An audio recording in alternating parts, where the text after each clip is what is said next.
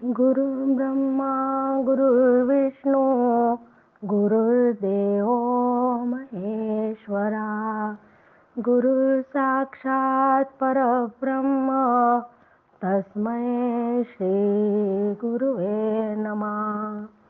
मला वाटते अंतरी त्वावसावे तुझ्या दासबोधासी त्वाबोध व्हावे. अपत्या परी पाववी प्रेम ग्रासा महाराज या सद्गुरु रामदासा. श्रीराम शुकासारिखे पूर्ण वैराग्य जाचे वशिष्ठा परी ज्ञान योगेश्वराचे.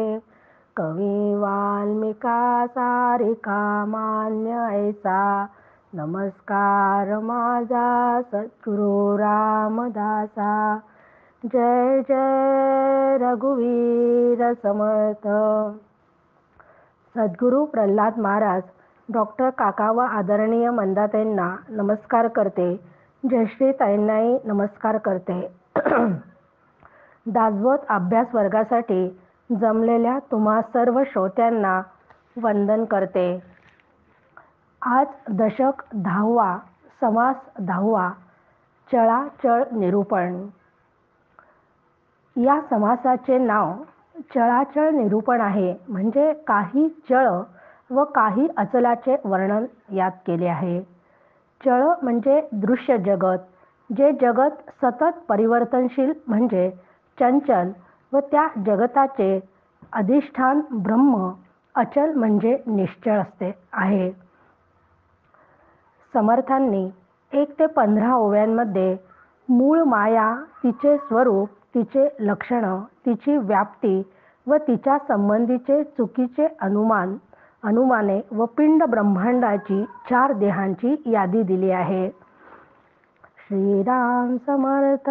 श्रीराम गगनासारिखे ब्रह्म पोकळ, उदंड उंच अंतराळ, निर्गुण निर्मळ निश्चळ सदोदित श्रीराम.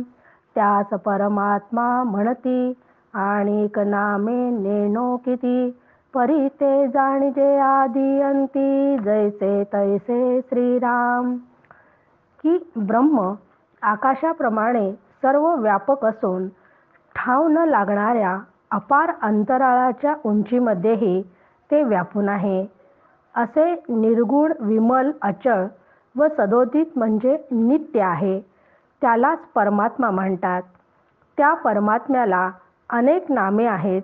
अशी अनेक नामे असले तरी जगाच्या आधी व जगप्रलयानंतर पूर्ण असलेले ब्रह्म विकार रहित असते. विस्तीर्ण पसरला पैस, भोवता दाटला अवकाश, भासची नाही निराभास, जैसे तैसे श्रीराम. चहूकडे पाताळ तळी, अंतची नाही अंतराळी, कल्पांतकाळी सर्व काळी, संचलेची असे श्रीराम. ऐसे काही एक अचंचळ, ते अचंचळी भासे चंचळ, त्यास नामे ही पुष्कळ, त्रिविधा प्रकारे श्रीराम. न दिसता नाव ठेवणे, न देखता खूण सांगणे, असो हे जाणा या कारणे, नामामिधाने श्रीराम.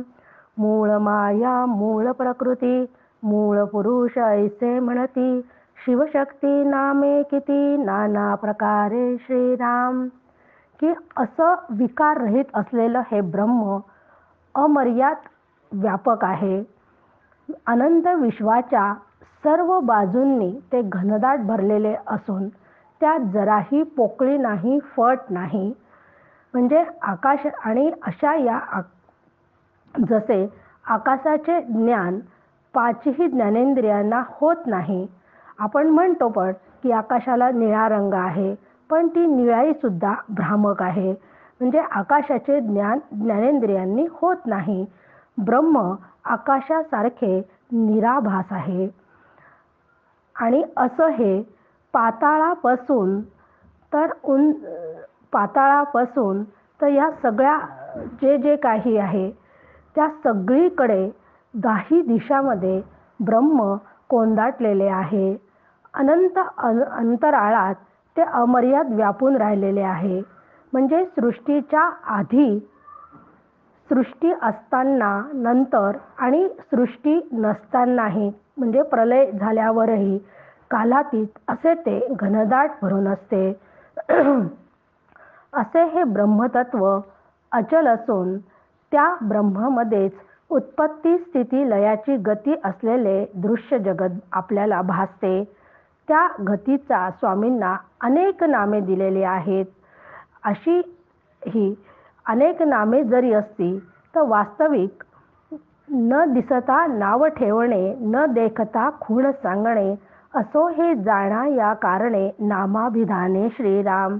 की अशी ही जी सृष्टी आहे ती इतक्या व्यापक स्वरूपाची असली तरी त्या सृष्टीमध्ये अनंत नामे असलेली अशी ती सृष्टी आहे.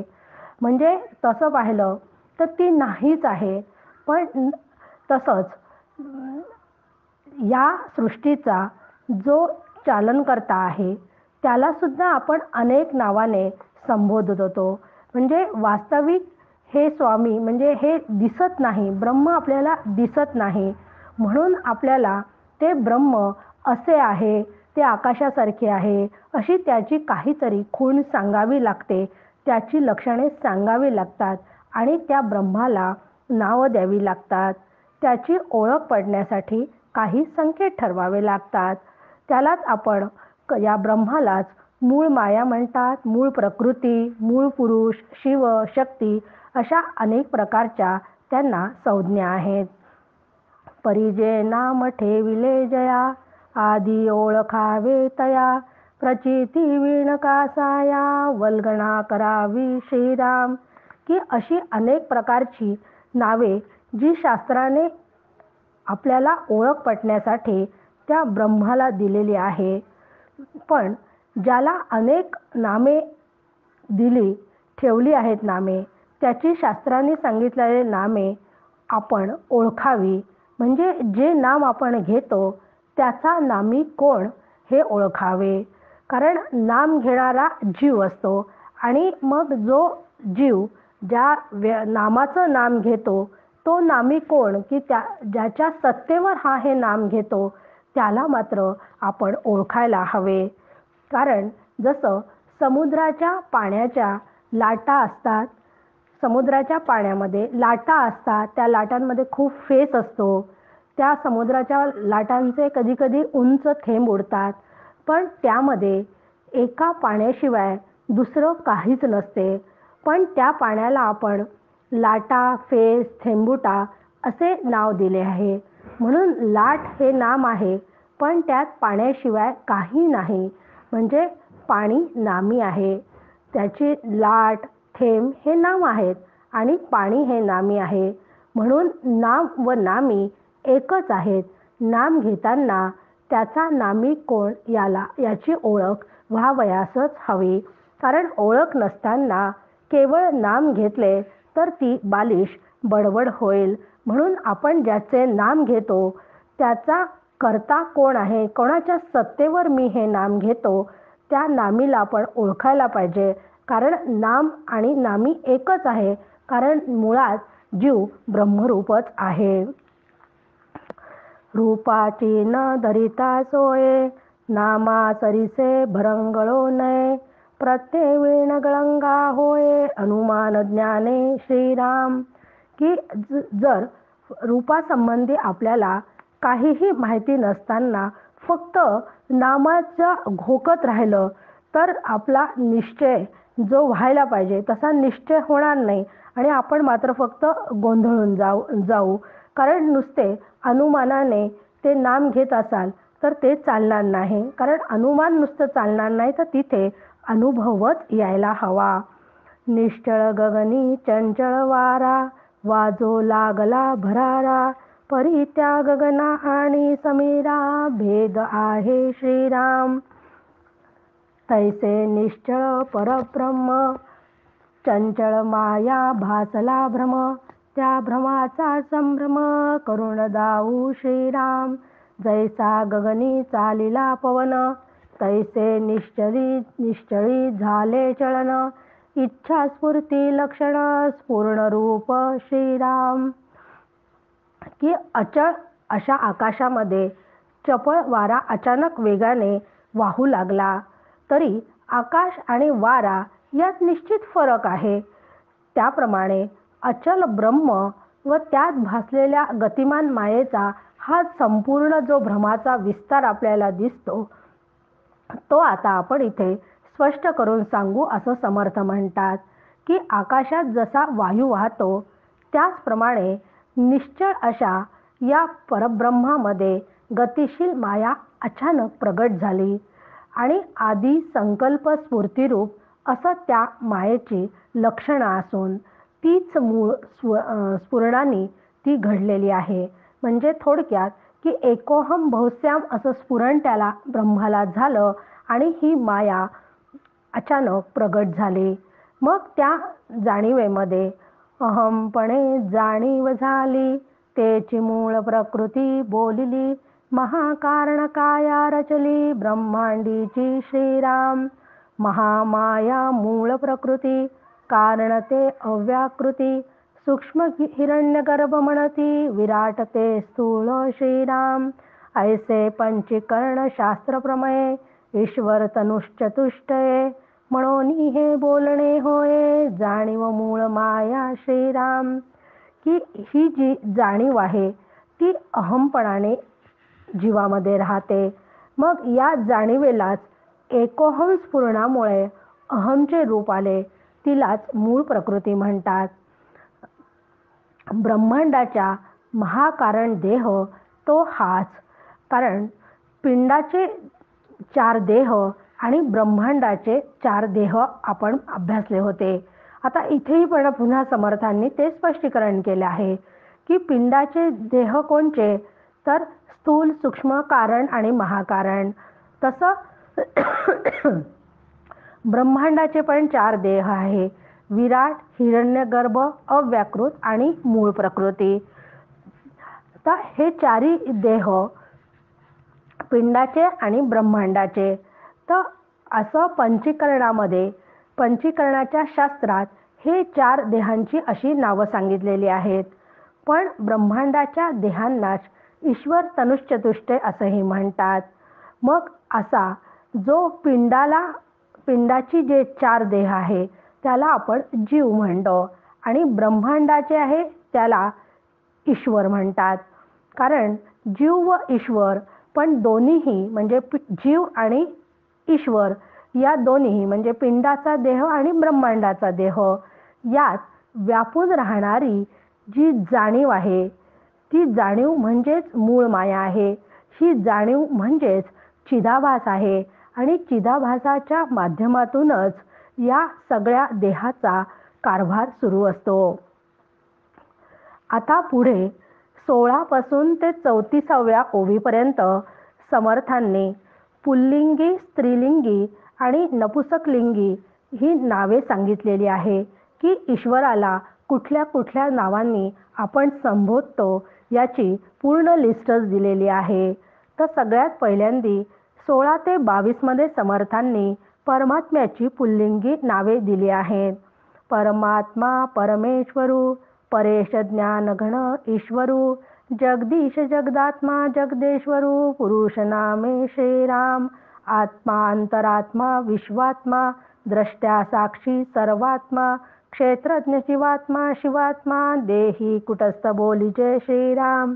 गणगंधर्व विद्याधर, यक्ष किन्नर नारद तुंबर, सर्व लोकांचे अंतर, तो सर्व अंतरात्मा बोलिजे श्रीराम. चंद्र सूर्य तारामंडळे, भूमंडळे मेघमंडळे, 21 स्वर्ग सप्त पाताळे, अंतरात्माच वर्तवी श्रीराम. की अशी ही पूर्ण लिस्टच दिली आहे.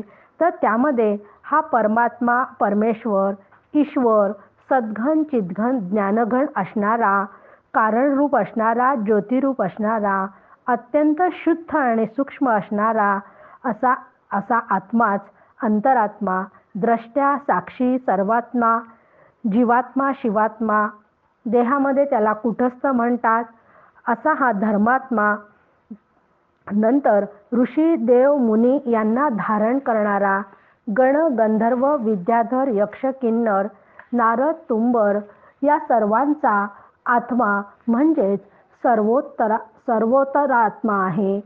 त्या अंतरात्म्याच्या सत्तेनेच चंद्र सूर्य तारामंडळे सगळी ग्रह तारे 21 स्वर्ग 7 पाताळ त्याच्याच कक्षेमध्ये फिरतात. म्हणजे या सगळ्याचा मध्ये एकच अंतरात्मा आहे आणि ती म्हणजे जाणीव आहे. मग ही जाणीव सजीव व निर्जीवामध्ये तोच एक ईश्वर भरून आहे, त्याला आपण आत्मा म्हणतो. परमात्म्याची स्त्रीलिंगी नामे मूळ माया जगदीश्वरे परमविद्या परमेश्वरी विश्ववंद्या विश्वेश्वरी त्रैलोक्य जननी श्रीराम. जागृती स्वप्न सुषुप्ती जाणे तुर्या ताटस्था अवस्था जाणे सुख दुःख सकळ जाणे मान अपमान श्रीराम. शांती क्षमा विरक्ती भक्ती अध्यात्म विद्या सायुज्य मुक्ती विचारणा सहज स्थिती जयचिनी श्रीराम. की आता आपण पुल्लिंगी नामे पाहिले की ज्या पुल्लिंगी नामामध्ये सगळी परमात्म्याची म्हणजे आत्म्याचीच नावे वेगळ्या वेगळ्या पद्धतीने ते कसे कार्य करतात, सगळ्यांवर त्याची कशी सत्ता चालते आणि हाच एक अंतरात्मा सगळ्यांमध्ये भरून आहे, ती जाणीव त्यालाच आपण आत्मा म्हणतो हे पाहिले. आता इथं स्त्रीलिंगी नामांची यादी समर्थांनी 23 ते 29 या ओव्यांमध्ये दिली आहे की त्याच परमेश्वराला आपण काही स्त्रीलिंगी नामाने ओळखतो. त्यातली स्त्रीलिंगी नामे म्हणजे मूळ माया आहे, परमेश्वरी आहे, त्रैलोक्य जननी आहे. आपण बघा नवरात्रामध्ये 1000 नावांची कुंकुमार्चन करताना म्हणायची पद्धत आहे. मग ती सगळी स्त्रीलिंगी नावे आहे परमेश्वराची. तसाच मौनगर्भा, जीवनकळा, जगज्योती, शिवाय परा पश्चंती, मध्यमा, युक्ती बुद्धी, शांती क्षमा, जागृती स्वप्न सुषुप्ती जाणणारी व तुर्या व समाधी जाणणारी, सुखदुःख मान अपमान जाणणारी, कठोर प्रसंगी कधी कठोर असते तर कधी कोमल असते, कधी तापट असते तर कधी लोभी असते, अशी सत्य मिथ्या विचार व सहज स्थिती तिच्याच कृपेने आपल्याला लागते. अशी पुल्लिंगी आणि स्त्रीलिंगी नावे सगळी समर्थांनी इथे सांगितलेले आहे. म्हणजे आपल्याला जो सुखदुःख चा जो अनुभव येतो तो या दोन्ही जगत ज्योतीमुळेच आपल्याला येतो, कारण तीच ती अंतरात्मा म्हणून आपल्या हृदयस्थ असते.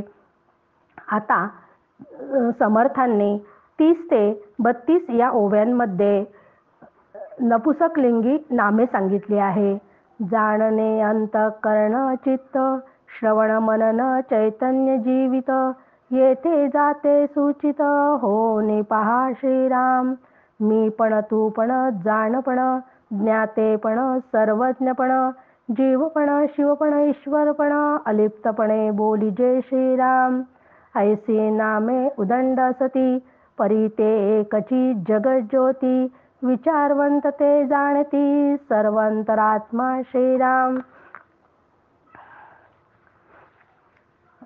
जाणणे अंतःकरण चित्त श्रवण मनन चैतन्य येणारे जाणारे मी पण तू पण जाणपण ज्ञातेपण सर्वज्ञपण ईश्वरपण अलिप्तपण ही सुद्धा सगळी त्याची नावे आहेत. पण त्या सर्वांमध्ये एक जगत ज्योती रूप अंतरात्मा हेच त्या सगळ्यांचं स्वरूप आहे असे मात्र विचारवंतांच्या लक्षात येते. कारण अशा लिंगानुसार जगज्योतीची कितीही नावे असली तरी ती सर्व मिळून एक जगज्योतीच आहे हे विचारवंत जाणून असतात. म्हणजे तिथे स्त्रीलिंगी असो पुल्लिंगी असो नपुसकलिंगी असो असं कोणतंही परमात्म्याचं नाव असलं तरी तिथे मात्र एक अंतरात्माच सगळ्यांच्या ठिकाणी वास्तव्य करतो हे लक्षात घ्यावे साधकांनी. म्हणून 33व्या ओवीमध्ये ते समर्थ आपल्याला सांगतात, आत्मा जगज्योती सर्वज्ञपण तिन्ही मिळोनी एकची जाण अंतःकरणची प्रमाण ज्ञेते मात्र श्रीराम. की अशी भली मोठी यादी जरी समर्थांनी आपल्याला ती दिलेली असली तरी आत्मा जगज्योती आणि सर्वज्ञपण असणारी हे तिन्ही म्हणजे पुल्लिंगी स्त्रीलिंगी व नपुसकलिंगी हे तिन्ही एकच आहे. केवळ ज्ञान हे स्वरूप असलेली ही अंतरकळा त्याचे अधिष्ठान आहे. आत्म्याचा उल्लेख करताना आपण असं म्हणतो की तो आत्मा म्हणजे आत्म्याचा पुल्लिंगी तो असा उल्लेख केला जातो. तर मूळमायेचा उल्लेख करताना ती मूळमाया असं स्त्रीलिंगी नाव घेतल्या जाते. तर परब्रह्माचा नपुसकपणाने तो असा उल्लेख केला जातो म्हणजे ते परब्रह्म असे आपण म्हणतो. म्हणजे तो आत्मा, ती मूळमाया, ते परब्रह्म असं म्हणत असलो तरी अनुक्रमे पुल्लिंगी स्त्रीलिंगी नपुसकलिंगी तिन्ही मिळून एकच आहेत. या तिन्हींनाही धारण करणारा एकच आत्मा, सर्वांमध्ये वास करणारा तोच अंतरात्मा आहे. तीच मूळ माया आहे, तीच जगज्योती आहे आणि तीच जाणीव रूपाने सगळ्यांची एकच आहे. ढीग झाले पदार्थांचे पुरुष स्त्री नपुसक नामाचे परंतु सृष्टी रचनेचे किती म्हणून सांगावे श्रीराम.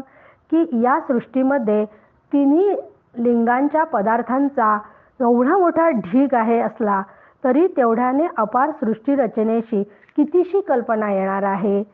सकळ चाळिता एक अंतरात्मा वर्तवी अनेक मुंगीपासून ब्रह्मादिक तेनेची चालती श्रीराम. त्या सर्वांचा अंतरात्मा मात्र एकच आहे हे लक्षात घ्यावे. कारण सर्व जीवांचा पालन करणारा एकच अंतरात्मा असून तोच चैतन्य रूपाने जीवात वास करतो. सर्व प्राणीमात्रांमध्ये मनुष्यामध्ये एकच हे जाणीव तत्व आहे. त्यामुळे सगळ्यांचे अंतःकरण एकच आहे. आनंद असो, भय असो, सुखदुःख असो याचे सगळे अनुभव सगळ्यांना असतात. आपण जर फक्त भय या अनुभवाचा जर विचार केला तर लक्षात येते की उंदराला मांजराचं भय असतं, मांजराला कुत्र्याचं भय असतं, कुत्र्याला कोल्ह्याचं भय असतं, कोल्ह्याला वाघाचं भय असतं, वाघाला सिंहाचं भय असतं व सिंहालाही आपल्या जीवाचे भय असतेच की कोणी शिकारी येऊन माझी शिकार तर नाही करणार म्हणजे भय त्यालाही असते. कोणी मला गोळी मारणार तर नाही म्हणजे या सगळ्यांमध्ये भय भीती ही जी जाणीव आहे की सगळ्यांना भय वाटते, ही जी जाणीव आहे ती उंदरापासून तर सिंहापर्यंत सगळ्यांमध्ये आहे. त्याचप्रमाणे लहान मुले असो, तरुण मुले असो, वयस्कर व्यक्ती असो त्या सर्वांनाही भय असतेच. पण भयाची तरुण मुलांची वेगळी, लहान मुलांची वेगळी, वयस्कर लोकांची वेगळी असू शकतात. पण भय मात्र सगळ्यांनाच आहे. म्हणजे भय ही जाणीव किड्यामुंगीपासून तर मनुष्य प्राण्यापर्यंत सगळ्यांमध्ये एकच असते. त्यांचे आकार, रूप, गुण सगळे वेगवेगळे असले तरी सगळ्यांचे अंतःकरण मात्र एकच असते.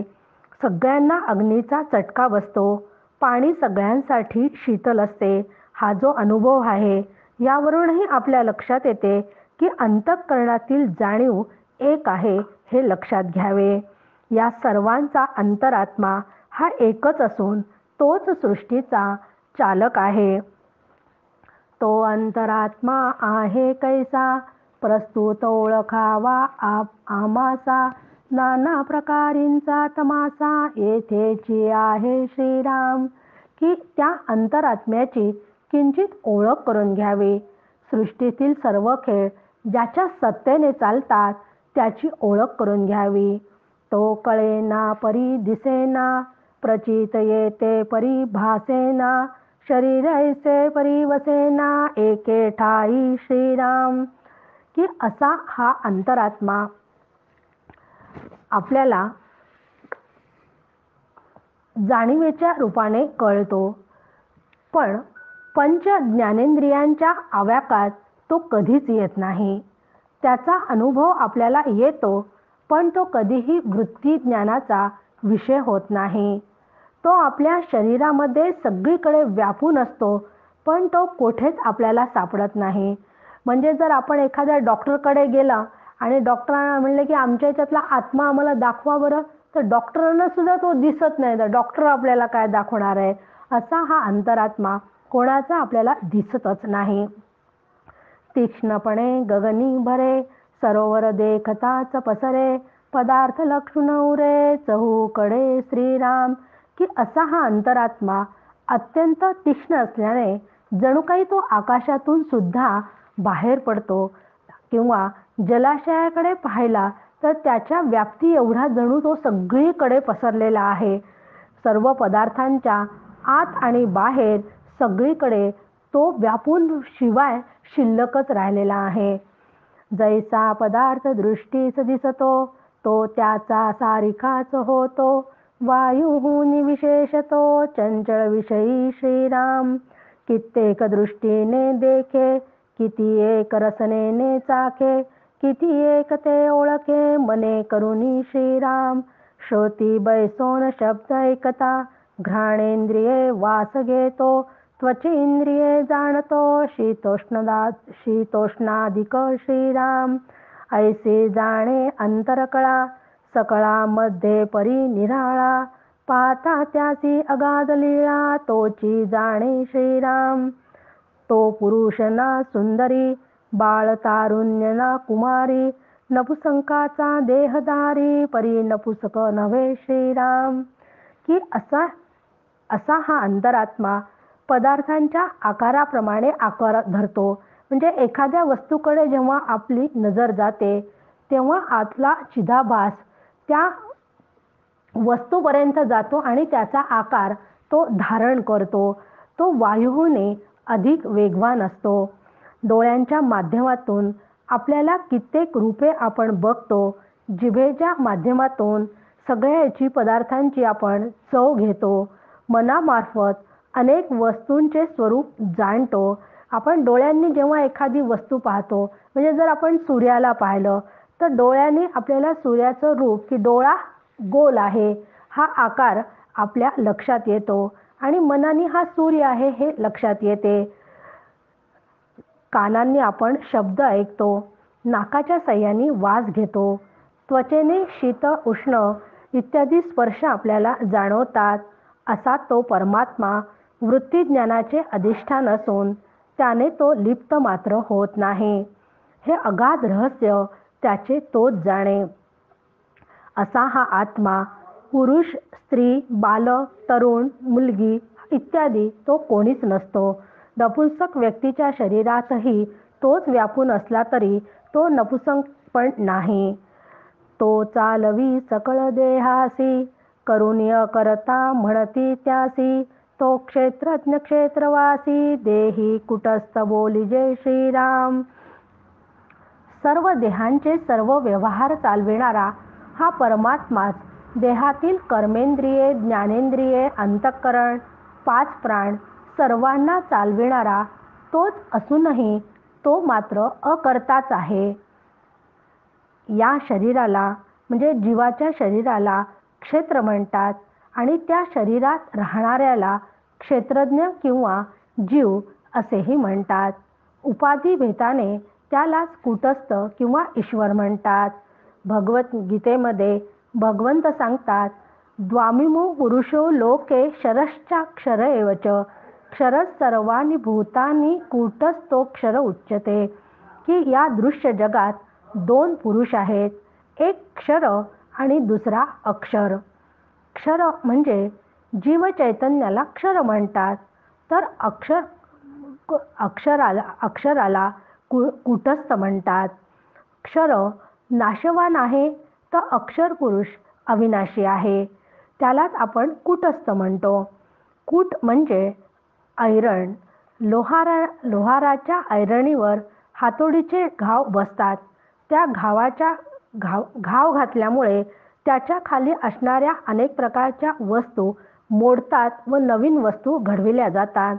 परंतु एरंड मात्र आरंभापासून अखेरपर्यंत जशीच्या तशीच राहते. त्याप्रमाणे हृदयस्थ आत्मा म्हणजेच प्रत्यगात्मा असंख्य दृश्यांचा उदय आणि अस्त होत असतो, पण हा मात्र साक्षीपणाने पाहत असल्याने अगदी तो जशाच्या तसाच असतो. त्यात काहीच बदल होत नाही.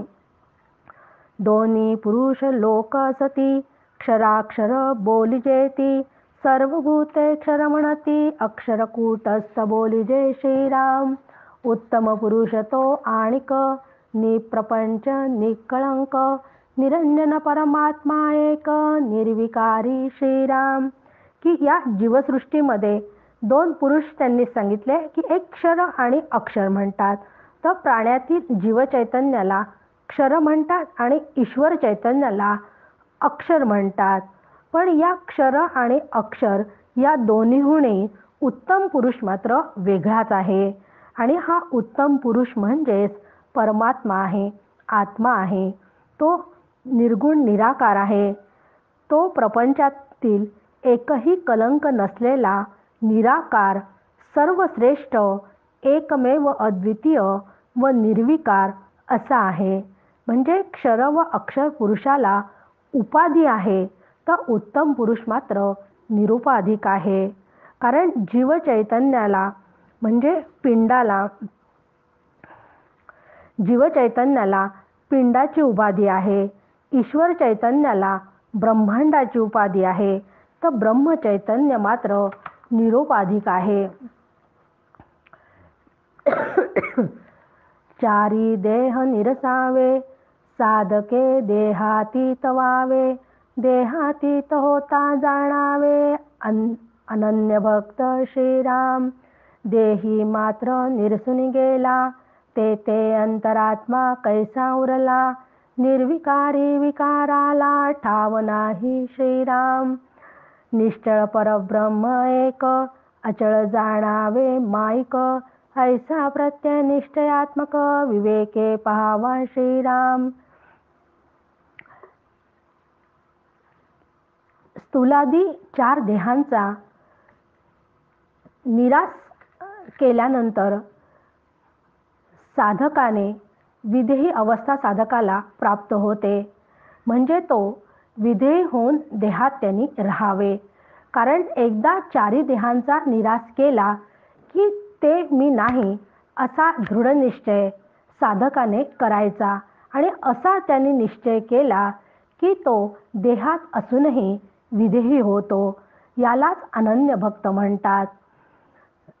चारी देहांचा निराश झाल्यानंतर उपाधी सापेक्ष असलेला अंतरात्मा ही संकल्पनाच मोडून पडते. कारण आत्मा निर्विकार असल्याने आत राहणे हा विकार त्याला संभवतच नाही. असा हा आत्मा एकमेव परब्रह्म निश्चळ असून इतर सर्व उत्पत्ती स्थिती लयाचे चांचल्य असलेले जे दृश्य जगत आहे ते माईक आहे. म्हणून याचा साधकाने विवेक करावा.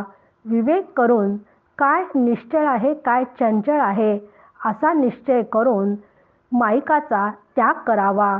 आणि असा अभ्यास करून असा दृढ निश्चय करून घ्यावा की मी परब्रह्म तत्व आहे आणि मी निश्चळ आहे, चंचल सगळे माईक आहे.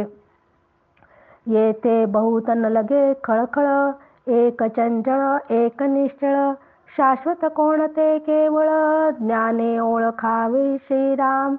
खरे म्हणजे अशा निश्चयासाठी फार मोठ्या कष्टाची गरजच नाही. कारण ब्रह्म निश्चळ असून जगत चंचळ आहे. यातील शाश्वत काय आहे याचा निवाडा ज्ञात्यांनी करूनच ठेवलेला आहे.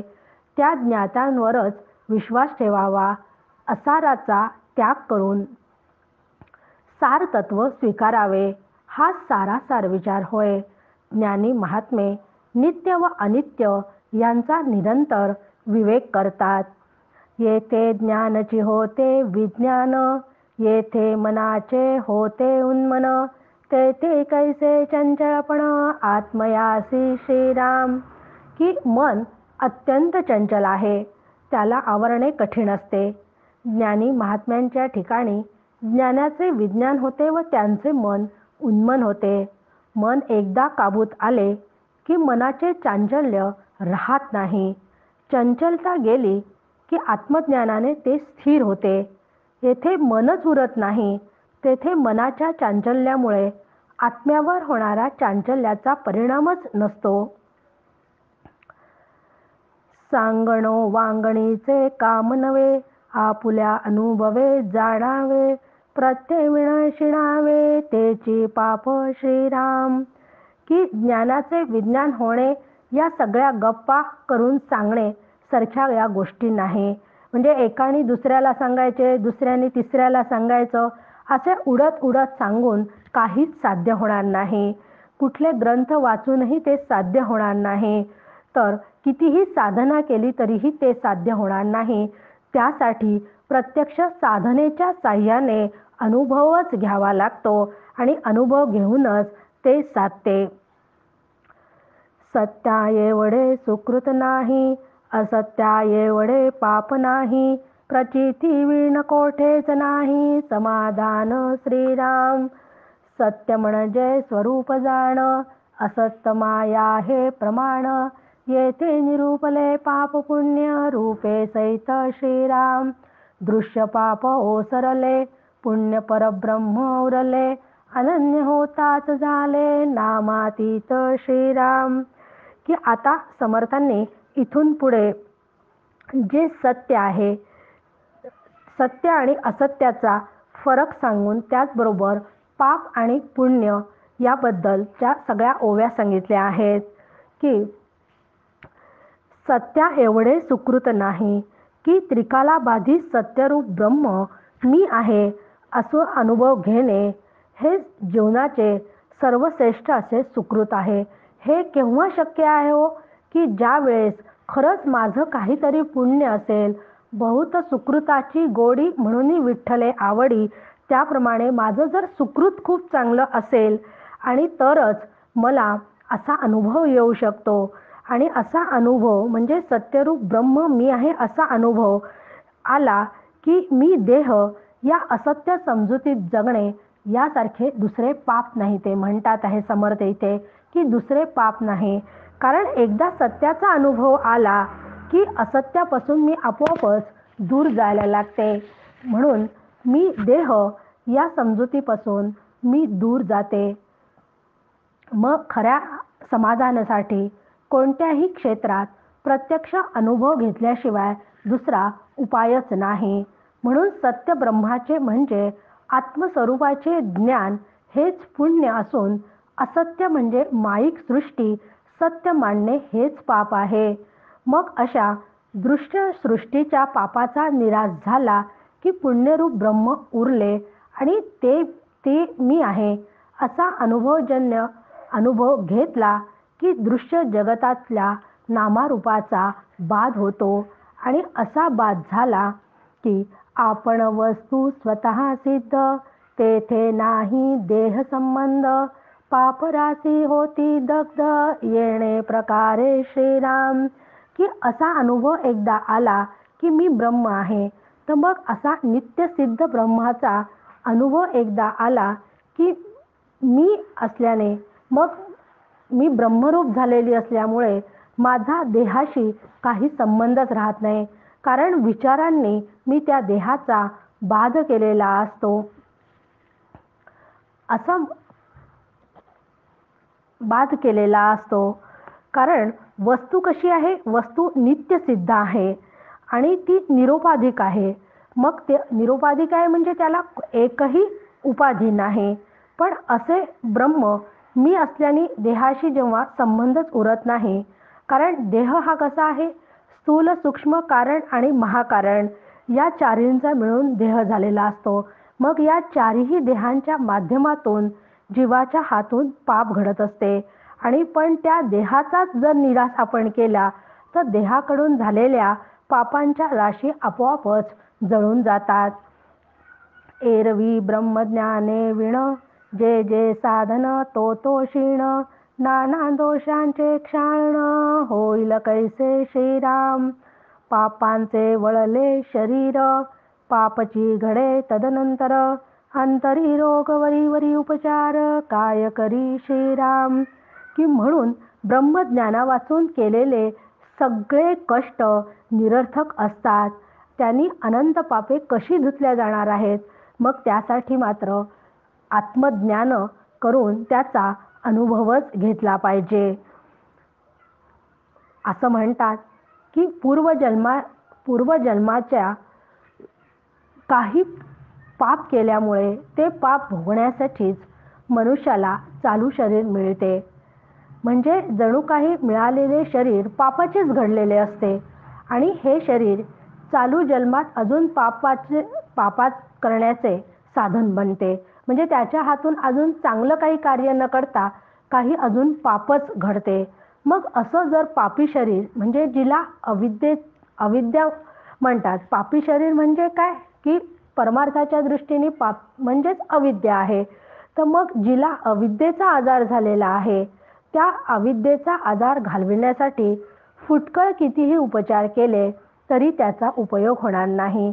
त्यासाठी ब्रह्मज्ञान हाच एक इलाज आहे.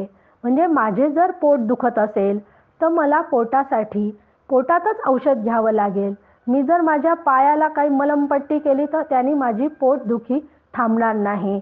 म्हणजे बाह्य इलाजांनी ती थांबणार नाही, तर अंतर्मनानेच मला, म्हणजे मनावरच आघात करावा लागेल पहिला, आणि अंतर्मनाची स्थितीचा विचार करूनच मला माझी वृत्ती जी आत्ता सुरुवातीला बाह्य रंगाकडे ती धावते आहे, म्हणजे विषयांकडे धावते आहे, ती मनामध्ये ती वळवावी लागेल. तेव्हाच कुठे ब्रह्मज्ञान प्राप्त होईल आणि हाच एकमेव त्यावर इलाज आहे. नाना क्षेत्री हे मुंडिले, नाना तीर्थे हे दंडिले, नाना निग्रही खंडिले, ठाई ठाई श्रीराम. आता 60 पासून 64 पर्यंत सगळ्या ओव्यांमध्ये त्यांनी की प्रॉपर, म्हणजे जी योग्य आहे ती साधना न करता नुसत्या फुटकळ साधना केल्या तर आपल्याला ब्रह्मज्ञान होणार नाही. तर अशा फुटकळ साधनांचाच उल्लेख समर्थांनी या ओव्यांमध्ये केला आहे.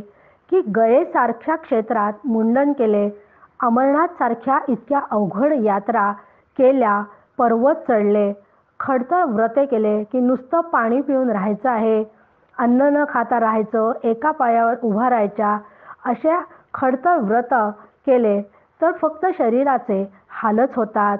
अंगावर मातीचे लेप लावले, तापलेल्या सळीने अंगाला चटके दिले, नंतर गोमूत्र खूप पवित्र आहे म्हणून ते नुसतं गटागटा पिलंच, तुळस आणि रुद्राक्षाच्या मोठ्या मोठ्या माळा गळ्यात घातल्या, अशा केल्याने केवळ वेश घेतला पण आतले कामाधिकार जर तसेच राहिले तर ते दोष जळून जाण्यासाठी काही उपयोगच होणार नाही.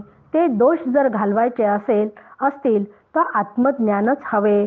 म्हणून अनंतासारखी व्रते, गोदानासारखं दान, हठादी योग साधना, काशी सारख्या पुण्यक्षेत्र इत्यादींपेक्षाही आत्मज्ञानाचे महात्म्य कोटीपटीने अधिक आहे.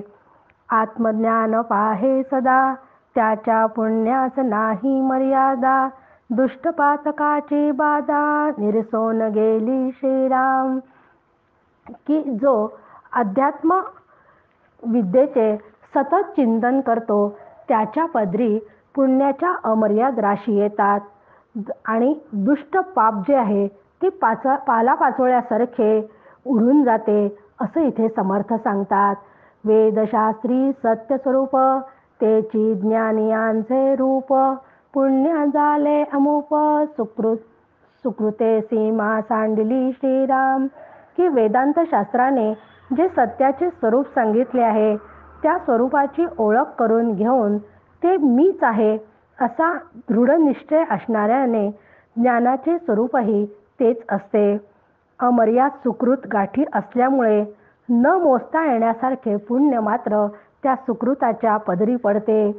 या प्रचितीच्या गोष्टी प्रचित पाहावी आत्मदृष्टी, प्रचित वेगळे कष्टी होऊच नये श्रीराम. आगाये प्रचितीचे लोक हो, प्रचित नसता अवघा शोक हो. रघुनाथ कृपेने राहो, प्रत्यय निश्चयाचा श्रीराम. आता समर्थ या समासाचा नव्हे तर या दशकाचा शेवट करताना सांगतात की प्रत्यक्ष अनुभव अत्यंत महत्त्वाचा आहे आणि त्या प्रत्यक्ष अनुभव घेऊन त्याच्याच आत्मानुसंधानामध्ये जर सतत राहिलं, म्हणजे ईश्वराच्या अनुसंधानात जर सतत राहिलं तर तो अनुभव येतो. हा अनुभव न घेता केवळ ढोर मेहनत करत बसली तर त्याचा काहीच उपयोग होत नाही. म्हणून समर्थ शेवटच्या ओळीत म्हणतात की अनुभव घेण्याची इच्छा करणाऱ्या तुम्ही मुमुक्षूंनो, अनुभव नसेल तर केवळ सगळीकडे शोक आणि दुःखच तुम्हाला तुमच्या वाट्याला येईल. म्हणून श्री रघुनाथाच्या कृपेने तुम्हाला आलेला जीव ब्रह्मकाचा अनुभव असाच टिकून राहो, असं समर्थ आपल्याला सांगतात आहे. जय जय रघुवीर समर्थ.